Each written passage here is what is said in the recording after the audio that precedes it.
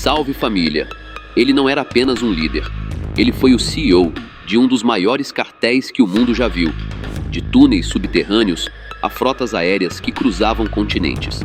Enquanto governos tentavam entender sua estrutura, ele operava uma economia paralela de bilhões de dólares, onde o silêncio era comprado com ouro e a lealdade era a única moeda de sobrevivência.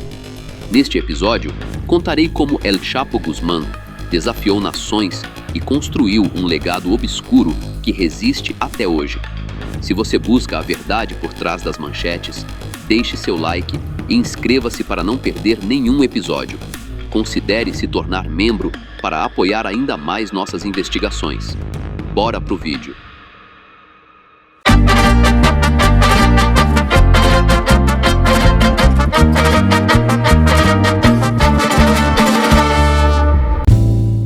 Nascido em 4 de abril de 1957, em Latuna, um vilarejo remoto nas montanhas de Badiraguato, Sinaloa, o jovem protagonista desta história cresceu em um cenário de isolamento extremo.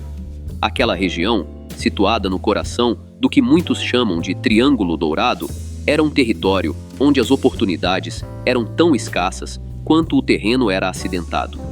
Ali, o cultivo de substâncias ilícitas não era apenas uma escolha, mas a única saída para a sobrevivência de inúmeras famílias mergulhadas na pobreza.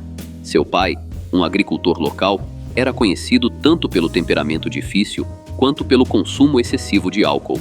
Em contrapartida, sua mãe, Maria Consuelo, era o pilar da família, uma figura resiliente que tentava trazer equilíbrio a um ambiente doméstico frequentemente marcado pela instabilidade.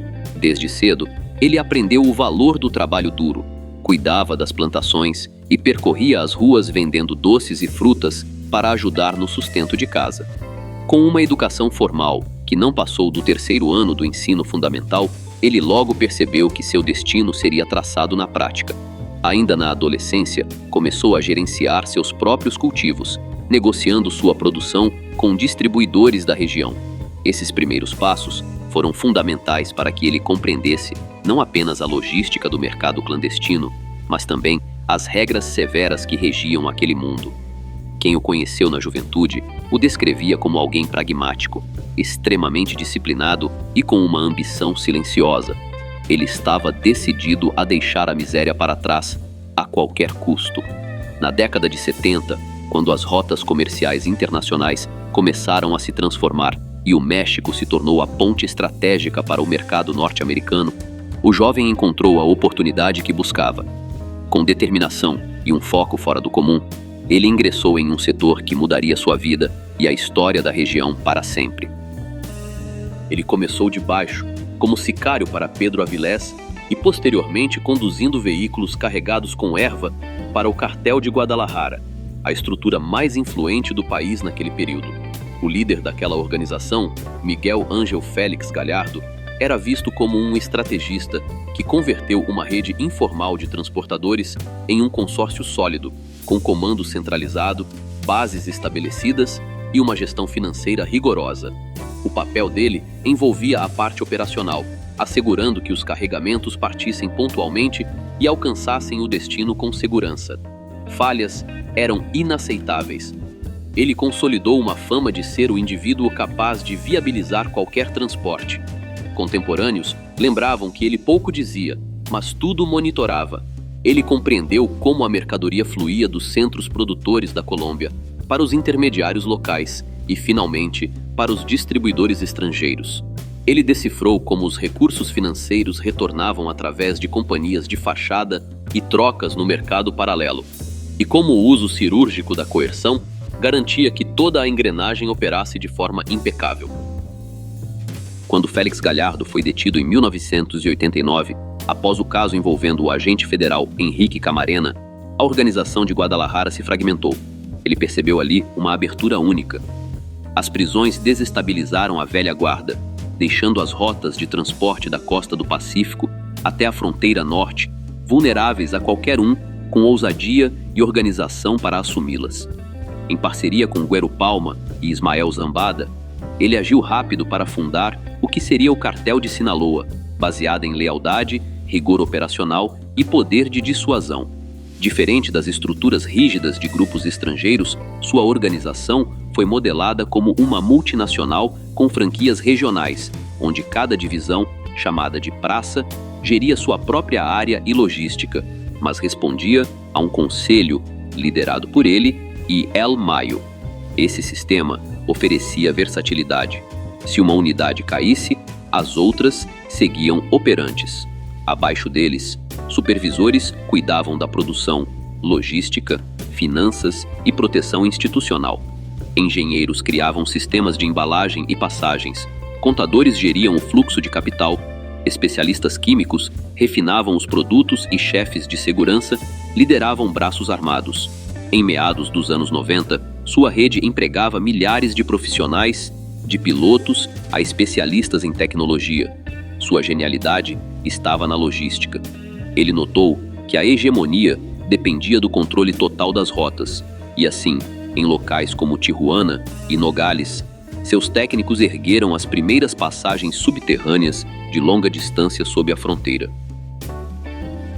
Essas passagens não eram túneis rudimentares, eram feitos impressionantes de engenharia, contando com eixos reforçados, sistemas de iluminação e ventilação que facilitavam o fluxo de toneladas de mercadorias sob o solo do deserto. Agentes estrangeiros mais tarde os apelidaram de o metrô de Sinaloa. Simultaneamente, sua visão se expandiu para o transporte marítimo e aéreo. Ele adquiriu aeronaves de carga e barcos de pesca, modificando-os com compartimentos ocultos. Aviões de pequeno porte decolavam de pistas discretas em Sinaloa e Durango, voando até a América Central, onde a produção externa era recebida e preparada para o mercado do norte. De lá, o material seguia por terra em caminhões ou trens, muitas vezes camuflado em carregamentos de frutas, cimento ou peixe congelado. Cada etapa desse trajeto era viabilizada por esquemas de influência. Autoridades alfandegárias, policiais e militares ao longo da rota recebiam cotas para ignorar a passagem das cargas. A política dele era direta. Qualquer pessoa que pudesse ser integrada ao sistema era devidamente compensada, e aqueles que se recusavam a colaborar simplesmente deixavam de existir. As receitas do cartel de Sinaloa logo passaram a rivalizar com as de grandes corporações globais.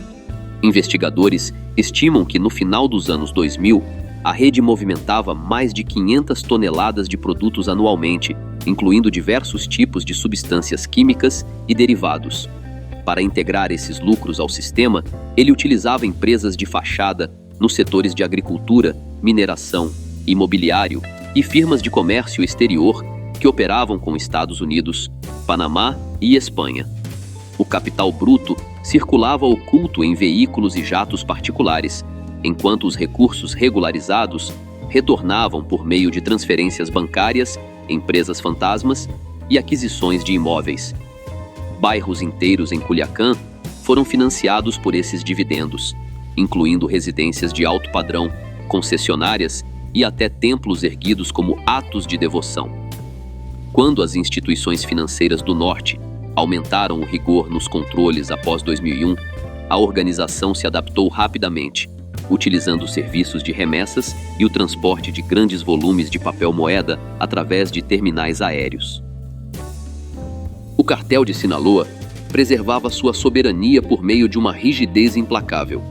A filosofia de gestão baseava-se em duas alternativas: a cooperação ou a retaliação.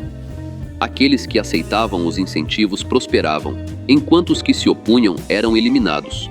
A influência dele expandia-se através de medidas drásticas e táticas de intimidação. Ele determinava a neutralização de concorrentes, dissidentes e até membros próximos sob suspeita de deslealdade. Relatos apresentados em tribunais internacionais revelaram que ele participava diretamente de confrontos, silenciando oponentes de forma definitiva e utilizando métodos extremos para apagar rastros. Seus grupos operacionais de elite realizavam incursões e demonstrações públicas de força para assegurar a supremacia. Localidades inteiras ficavam sob sua custódia. Agentes públicos, políticos e membros da imprensa eram frequentemente cooptados ou silenciados. Profissionais de comunicação que mantinham investigações sobre suas atividades enfrentavam sérios riscos, muitas vezes recebendo alertas para interromper suas publicações. Além disso, a rede diversificou-se para áreas como a migração irregular e a entrada ilegal de armamentos, com milhares de itens cruzando a fronteira para equipar suas frentes de defesa. Inteligência governamental descobriu que ele autorizava pessoalmente a remoção de altos oficiais e líderes rivais para garantir o controle de corredores estratégicos. Para proteger seu domínio, ele investia pesado em arsenal.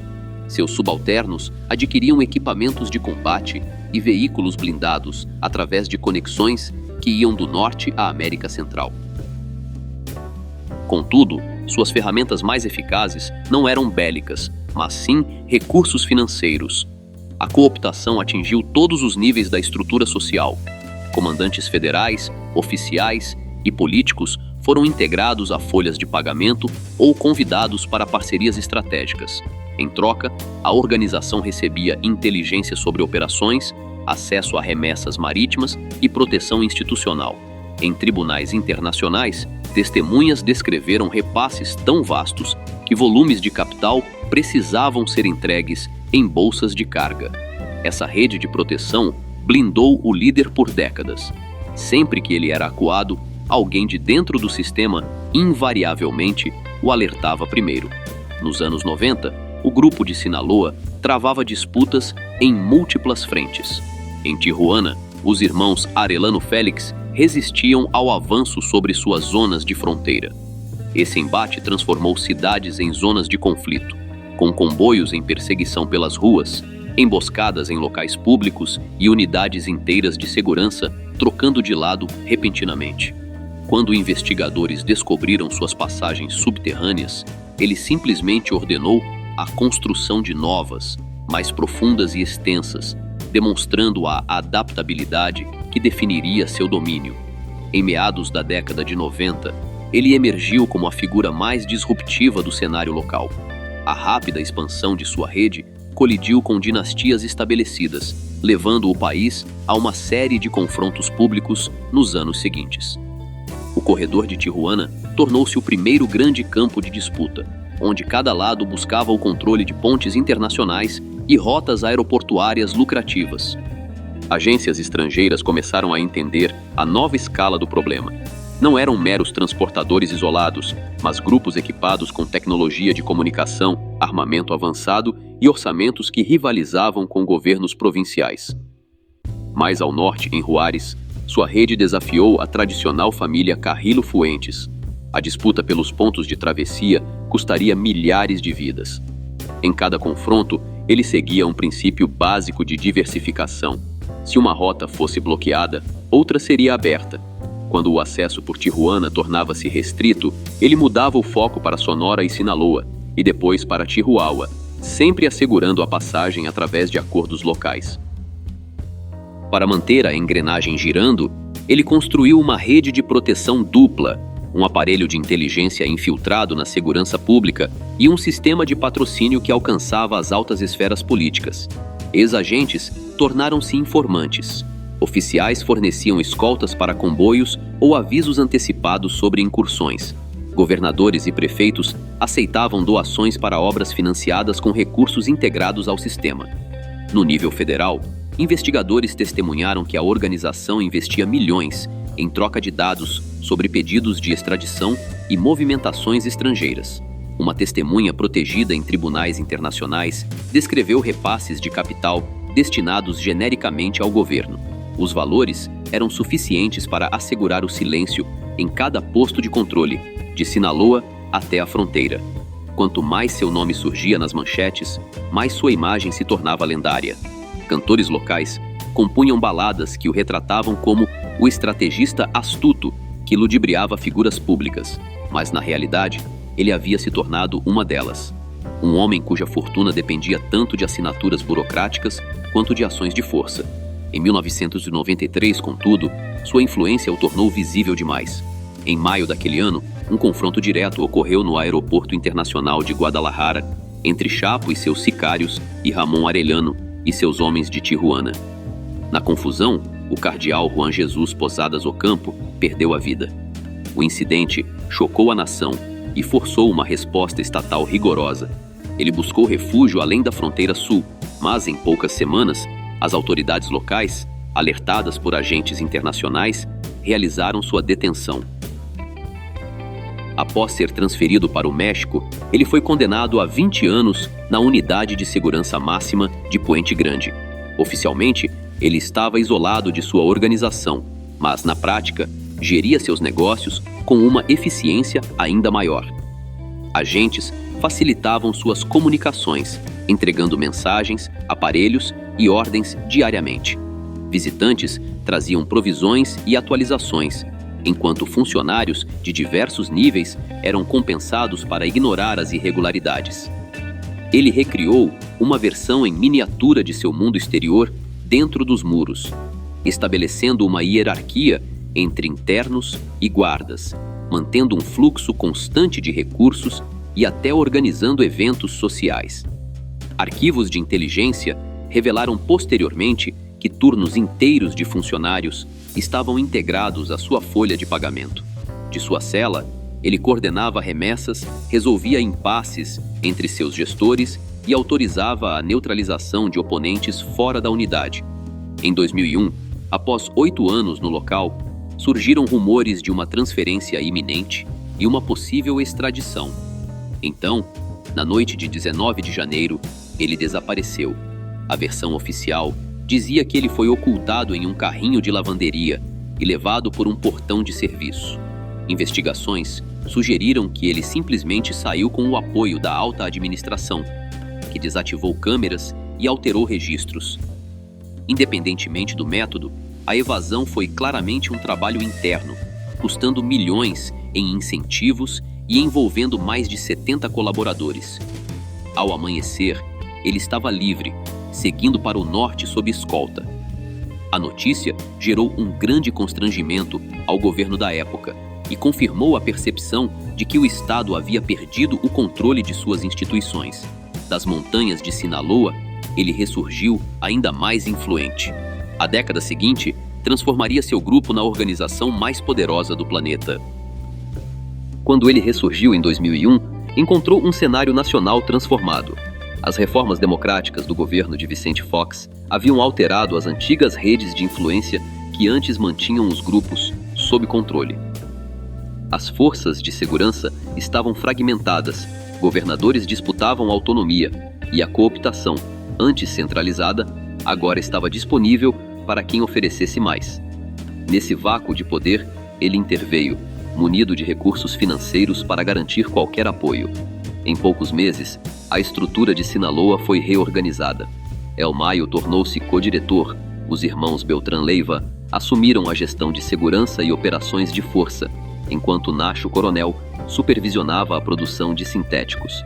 Essa nova configuração assemelhava-se a um conselho de administração, com cada gestor responsável por um portfólio de estados e rotas de escoamento. O grupo tornou-se mais ágil que seus concorrentes e implacável na defesa de seus mercados. Ao longo dos anos 2000, a rede estendeu seu alcance muito além das fronteiras. Estabeleceu acordos diretos de fornecimento com produtores colombianos e peruanos, eliminando intermediários. Seus agentes na Espanha, Itália e Holanda abriram linhas de distribuição por toda a Europa. Contêineres de frutas, café e até carvão transportavam as cargas pelo Atlântico, enquanto remessas de sintéticos seguiam da Ásia para a Austrália, onde o valor de mercado chegava a ser 3 vezes maior que o praticado no norte. Posteriormente, analistas internacionais estimaram que o faturamento anual da organização superava os 3 bilhões de dólares. Seus contadores canalizavam o capital através de bancos panamenhos, empresas de fachada no exterior e casas de comércio em Hong Kong. O capital bruto também circulava fisicamente. Operadores conduziam veículos repletos de cédulas devidamente embaladas, enquanto carros blindados transportavam recursos regularizados, tudo sob a vigilância de autoridades cooptadas. Embora o produto tradicional continuasse sendo o carro-chefe, a produção de sintéticos transformou a rede em um verdadeiro império de manufatura. Utilizando insumos químicos importados por portos estratégicos como Lázaro Cárdenas e Manzanillo, especialistas técnicos ergueram laboratórios de escala industrial ocultos em galpões e propriedades rurais. Essas unidades de alta capacidade produziam toneladas de cristais semanalmente, destinados principalmente ao mercado norte-americano e ao leste asiático. As margens de lucro eram astronômicas. Matérias-primas que custavam alguns milhares de dólares geravam milhões em retorno. A ascensão dos sintéticos também aprofundou os esquemas de influência. Agentes alfandegários, oficiais navais e políticos recebiam repasses regulares para permitir que a entrada de insumos ocorresse sem fiscalização. Quando o governo restringiu a venda de componentes básicos em 2008, o corpo técnico da organização desenvolveu rapidamente novos métodos de síntese. Isso provou a existência de um braço científico tão sofisticado quanto a própria ala financeira da estrutura. A prosperidade deu lugar à instabilidade em 2008. Os irmãos Beltrán Leiva, revoltados com a prisão de Alfredo Beltrán Leiva, El Mochomo, acusaram o El Chapo de traição e romperam definitivamente a aliança. Essa defecção desencadeou um dos conflitos internos mais intensos da história moderna do país, transformando cidades como Culiacán, Mazatlán e Acapulco em verdadeiras zonas de disputa. Simultaneamente, a organização de Sinaloa enfrentou a ascensão de um grupo dissidente, uma estrutura de natureza paramilitar composta por ex-militares de elite. Esse novo oponente utilizava táticas extremas, como incursões, demonstrações públicas de força e intimidação em massa, o que forçou o grupo de Sinaloa a militarizar suas próprias operações. Suas frentes de defesa equiparam-se com armamentos de alto calibre, dispositivos de longo alcance e veículos com blindagem reforçada. Os embates frequentemente duravam horas, deixando localidades inteiras sob cerco, enquanto o poder público, muitas vezes superado em recursos e estratégia, assistia aos desdobramentos sem conseguir intervir de forma eficaz. À medida que seu domínio se tornava mais rígido, ele buscou cultivar uma imagem de protetor nas serras de Sinaloa. Financiou escolas, templos e centros de saúde, além de coordenar a distribuição de mantimentos. Em períodos de escassez, os locais referiam-se a ele com respeito, como o homem que provia o que o poder público não entregava. Ele convertia essa lealdade em um cinturão de segurança. Agricultores atuavam como vigias e vilas inteiras alertavam sobre patrulhas oficiais usando sinais de rádio ou fogos de artifício. Ele se casou 3 vezes e teve ao menos 10 filhos. Sua primeira união, com Maria Alejandrina Salazar, ocorreu no final dos anos 70, antes de sua ascensão, gerando 3 filhos. Sua segunda esposa, Griselda Lopes, tornou-se figura pública nos anos 90, quando agências estrangeiras ligaram suas empresas e propriedades a operações de gestão de ativos. Ela foi brevemente retida em 2010, mas liberada por falta de provas. Com ela, ele teve mais 4 filhos, todos criados no núcleo central da organização. A terceira e mais notória esposa, Emma Coronel, era uma jovem de Durango ligada a concursos de beleza. Conheceram-se na adolescência dela e casaram-se em 2007, quando ele já era um fugitivo veterano. Tiveram filhas gêmeas, nascidas em Los Angeles em 2011. A fidelidade dela foi absoluta. Ela o visitou em ambos os períodos de reclusão e enfrentou acusações internacionais por facilitar suas comunicações. Após cumprir uma sentença curta, foi liberada em 2023, mantendo a defesa pública dele como um pai dedicado e um homem leal. Apesar de seu rigor implacável, aqueles próximos a ele frequentemente descreviam um lado mais doméstico. Ele apreciava a música regional, cavalos e celebrações elaboradas. Construiu propriedades rurais completas, com zoológicos particulares e lagos repletos de peixes. No entanto, seus lares eram temporários. Cada residência segura funcionava como um refúgio fortificado, equipada com portas ocultas e saídas estratégicas. Jantares em família podiam terminar abruptamente com uma partida para as montanhas ao menor sinal de uma incursão oficial.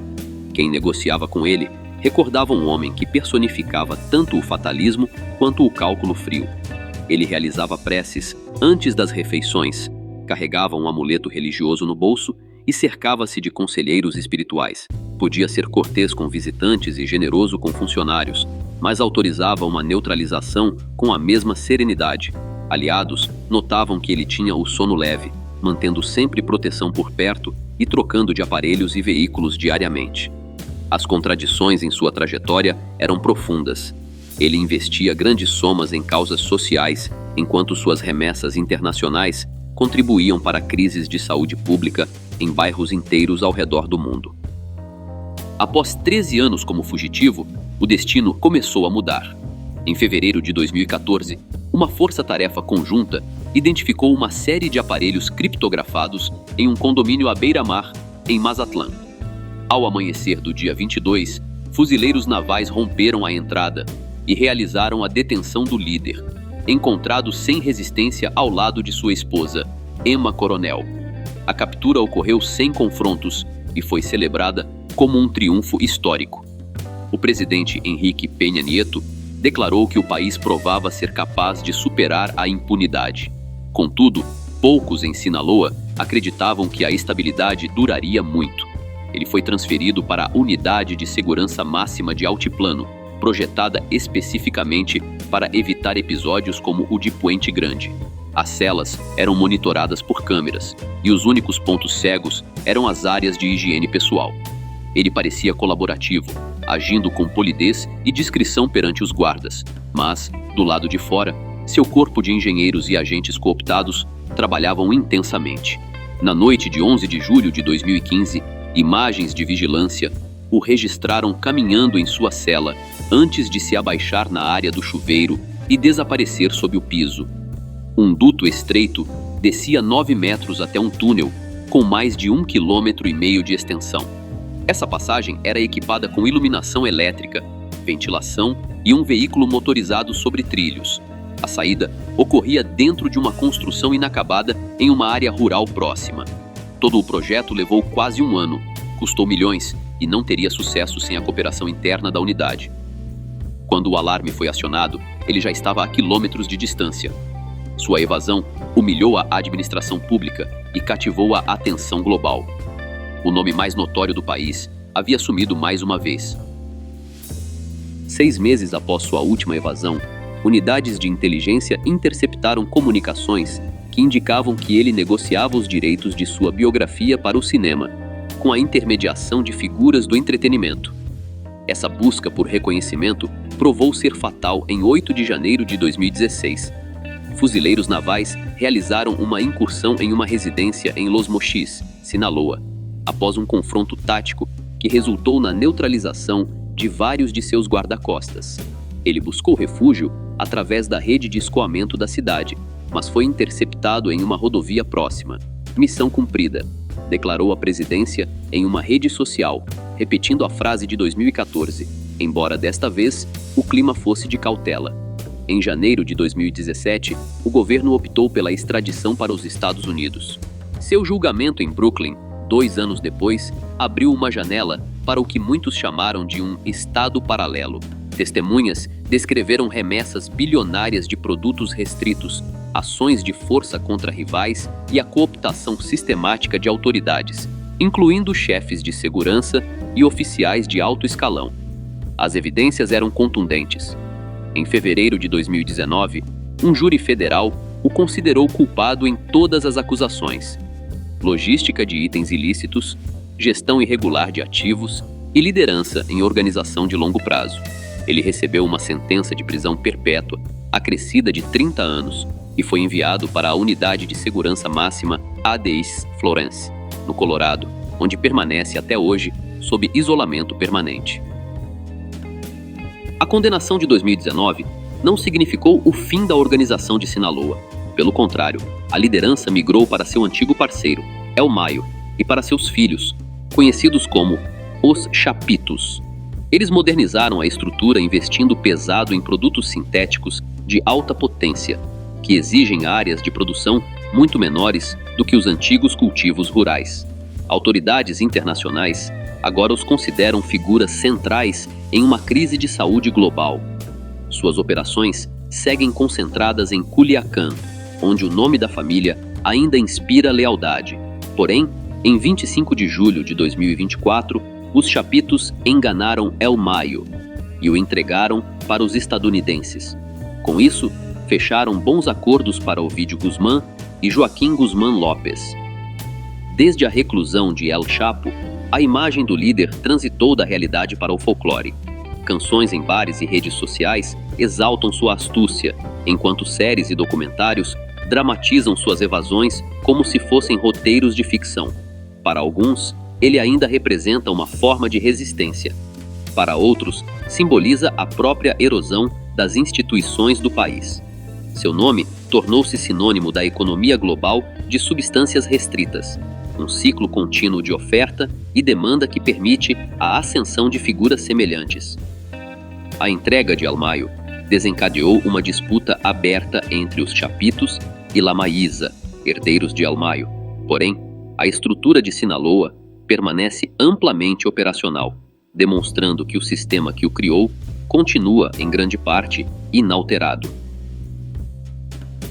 Enquanto outros buscaram os holofotes e terminaram em celas de segurança máxima, El Mayo Zambada escolheu o silêncio. Ele viu impérios surgirem e caírem, permanecendo por muito tempo como a única constante em um tabuleiro que nunca para de girar. Para saber toda a sua história, clica no vídeo que está aparecendo agora na sua tela. Se este documentário trouxe uma nova visão sobre o poder nos bastidores, deixe seu like para apoiar meu trabalho. E para não perder as próximas investigações exclusivas, inscreva-se no canal e ative as notificações. Até a próxima! Galera, rapidinho, se vocês curtem o conteúdo aqui do canal e querem dar aquela força sem gastar nada a mais por isso, prestem atenção nessa dica. Sempre que vocês comprarem qualquer coisa na Amazon, seja um livro, fone, celular ou até um cabo USB, usem o meu link de afiliado que está aqui na descrição. Quando você compra por lá, a Amazon me paga uma pequena comissão, sem mudar absolutamente nada no valor da sua compra. É uma forma simples e gratuita de apoiar o canal. E você ainda garante os produtos que já ia comprar. Então já sabe, né? Clicou no link da descrição antes de comprar. Você já está ajudando. Valeu demais!